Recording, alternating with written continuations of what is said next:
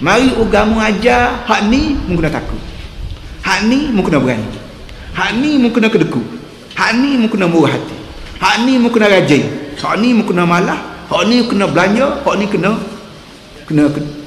tak boleh belanja. Ini kaedah hidup kita. Tak ada orang reti tangani benda ni kecuali Allah yang menjadikan kita.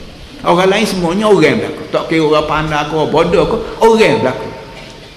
Hak betul-betul cerdik ialah orang yang suruh orang lain turut lain Tuhan, larang orang lain juga turut lain Tuhan.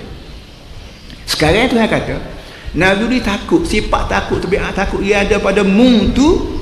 Hak benar-benar mu kena takutnya aku. Hak lain takut juga boleh, tapi syaratnya biar takut kat orang lain tu selari dengan takut kat aku.